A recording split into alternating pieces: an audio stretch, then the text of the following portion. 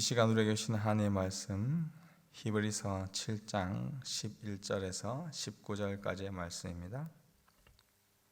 신약성경 히브리서 7장 11절에서 19절까지의 말씀, 주의 말씀을 들으십시오. 레위 계통의 제사 직분으로 말미암아 온전함을 얻을 수 있었으면 백성이 그 아래에서 율법을 받았으니 어찌하여 아론의 반차를 따르지 않고 멜기세덱의 반차를 따르는 다른 한 제사장을 세울 필요가 있느냐? 제사 직분이 바꾸어졌은즉 율법도 반드시 바꾸어지리니 이것은 한 사람도 제단 일을 받들지 않는 다른 지파에 속한 자를 가리켜 말한 것이라. 우리 주께서는 유다로부터 나신 것이 분명하도다. 이 지파에는 모세가 제사장들에 관하여 말한 것이 하나도 없고 멜기세덱과 같은 별다른 한 제사장이 일어난 것을 보니 더욱 분명하도다. 그는 육신에 속한 한 계명의 법을 따르지 아니하고 오직 불멸의 생명의 능력을 따라 되었으니 증언하기를 네가 영원히 멜기세덱의 반차를 따르는 제사장이라 하였도다. 전에 있던 계명은 연약하고 무익함으로 폐하고 율법은 아무것도 온전하게 못할지라. 이에 더 좋은 소망이 생기니 이것으로 우리가 하나님께 가까이 가느니라. 아멘. 어젯밤 잠들기 전 여러분들은 마지막으로 무엇을 확인하셨습니까? 저는 스마트폰의 이 배터리와 알람을 확인했었는데요. 우리 몸 곳곳에 그리고 생활 거의 대부분을 전자제품과 함께 살고 있습니다. 전자제품의 성능이 좋아질수록 이와 함께 더 많은 에너지를 요구하기 때문에 배터리 성능도 더 좋아지기 위해 많은 배터리 회사들이 힘을 쏟고 있지요. 분명 배터리 기술이 점점 더 좋아졌을 텐데 여전히 한계가 있습니다. 이상하게도 2-3년 정도 전자제품을 사용하게 되면 배터리 성능이 급격히 저하되기도 합니다. 오늘 말씀을 묵상하면서 이러한 전자제품의 배터리와 제사 제도를 함께 생각해 보았습니다.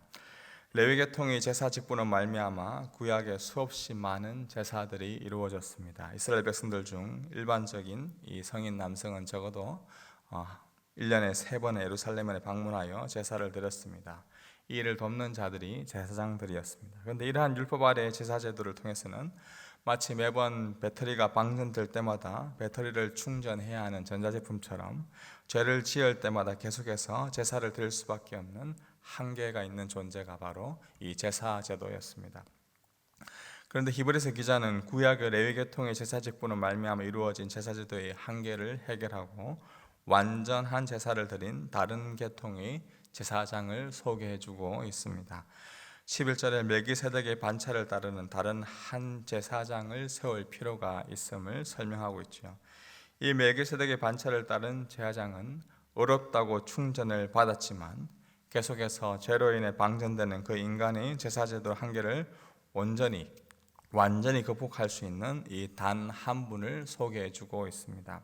15절 이하에 보시면 멜기세덱과 같은 별다른 한 제사장이 일어난 것을 보니 더욱 분명하도다. 그는 육신에 속한 한 계명의 법을 따르지 아니하고 오직 불멸의 생명의 능력을 따라 되었으니 율법 아래의 제사 제도의 한계를 극복한 이 제사장은 오직 불멸의 생명의 능력을 따라 되신 제사장입니다.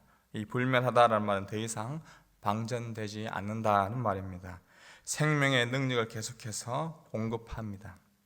마치 시냇가에 심은 나무가 철을 따라 계속해서 열매를 맺듯 끝없이 열매를 맺고 생명의 능력을 맺는 한 제사장이 계셨습니다.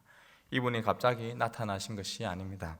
계속해서 살펴보고 있지만 이분은 이미 구약 성경을 통하여서 예언되었고 약속되신 분입니다. 17절에 나오는 네가 영원히 멜기세덱의 반차를 따르는 제사장이라는 이 말씀은 이 다윗의 시편 110편에 나오는 구절입니다.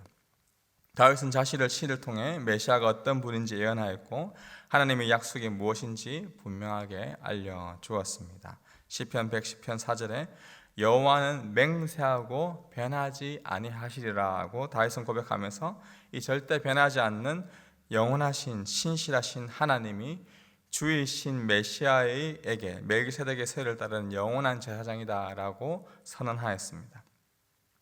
그리고 다윗이 고백한 그 주님께서 천년 후 다윗의 후손으로 멜기세덱의 세례를 따라 이 땅에 오셨습니다. 그분은 레위 지파가 아닙니다. 오늘 본문 14절에 나오는 것처럼 우리 주께서는 유다로부터 나신 것이 분명하도다. 유다 지파 다윗의 후손으로 이 땅에 오셨죠. 그리고 이분은 단 한 번의 영원한 제사를 드렸습니다. 단 한 번의 충전으로 영원히 온전함을 이룰 수 있는 그 길을 열어주셨습니다. 18절에 전에 있던 계명은 연약하고 무익함으로 폐하고 라고 말씀합니다. 이어서 19절에 율법은 아무것도 온전하게 못할지라. 즉 레위 계통의 제사로는 계속해서 마치 전자제품을 충전하듯 죄를 고백하고 죄를 회개하고 용서받고 제사를 드려야 하는 구약의 제사를 계속해서 드려야 했습니다. 그리고 이러한 제사는 연약하고 무익하고 언제나 온전하게 완전하게 하지는 못했습니다. 그러나 19절 하반절에 나오는 것처럼 더 좋은 소망이 우리에게 생겼는데 이것으로 우리가 하나님께 가까이 가게 된 것입니다. 하나님께 가까이 갈 수 있게 된 그 이유는 멜기세덱의 반차를 따르는 제사장, 오직 불멸의 생명의 능력을 따라 되신 제사장, 율법이 할 수 없었던 연약함을 온전하게 하신 제사장이 바로 우리에게 오셨기 때문에 우리가 그것이 가능하게 된 것입니다. 그분이 누구십니까? 우리가 앞서 살펴봤던 히브리서 4장 14절에는 이렇게 나옵니다.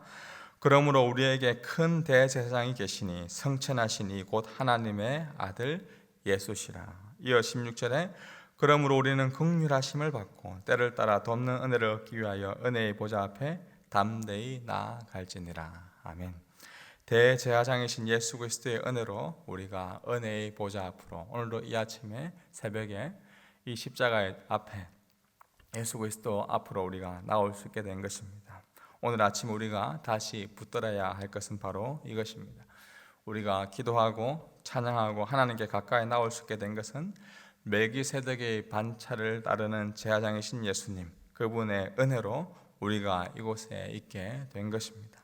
그 사실을 기억하는 것, 그 은혜에 감사하는 이 아침이 되어야 할 것입니다. 우리가 신앙생활을 한다는 것은 우리가 하나님께 우리의 모든 것을 맡기는 것이고, 또 우리가 하나님께 모든 것을 맡길 수 있는 그런 하나님의 자녀가 된 것이 우리의 공로가 아니라 전적인 하나님의 은혜라는 것을 매일매일 고백하며 나아가는 것이 바로 우리 신앙생활인 것입니다. 대제사장이신 예수님이 우리에게 이렇게 선포하고 계시죠. 내가 곧 길이요 진리요 생명이니 나로 말미암지 않고는 아버지께로 올 자가 없느니라. 오늘도 우리가 더 가까이 갈 수 있는 그 은혜의 길, 생명의 길, 능력의 길을 열어주신 분은 오직 멜기세덱의 반차를 따르는 큰 대제사장으로 오신 예수 그리스도 그분밖에 없습니다. 이 히브리서의 또 한 중요한 주제 중 하나는 이 온전함입니다. 이것은 완전하다라는 것과는 차이가 있습니다.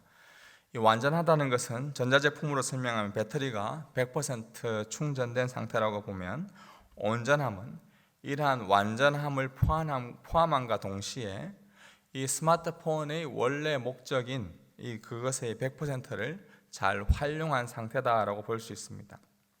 단순히 죄가 없는 100%의 의로운 존재가 우리의 목적이 아닙니다.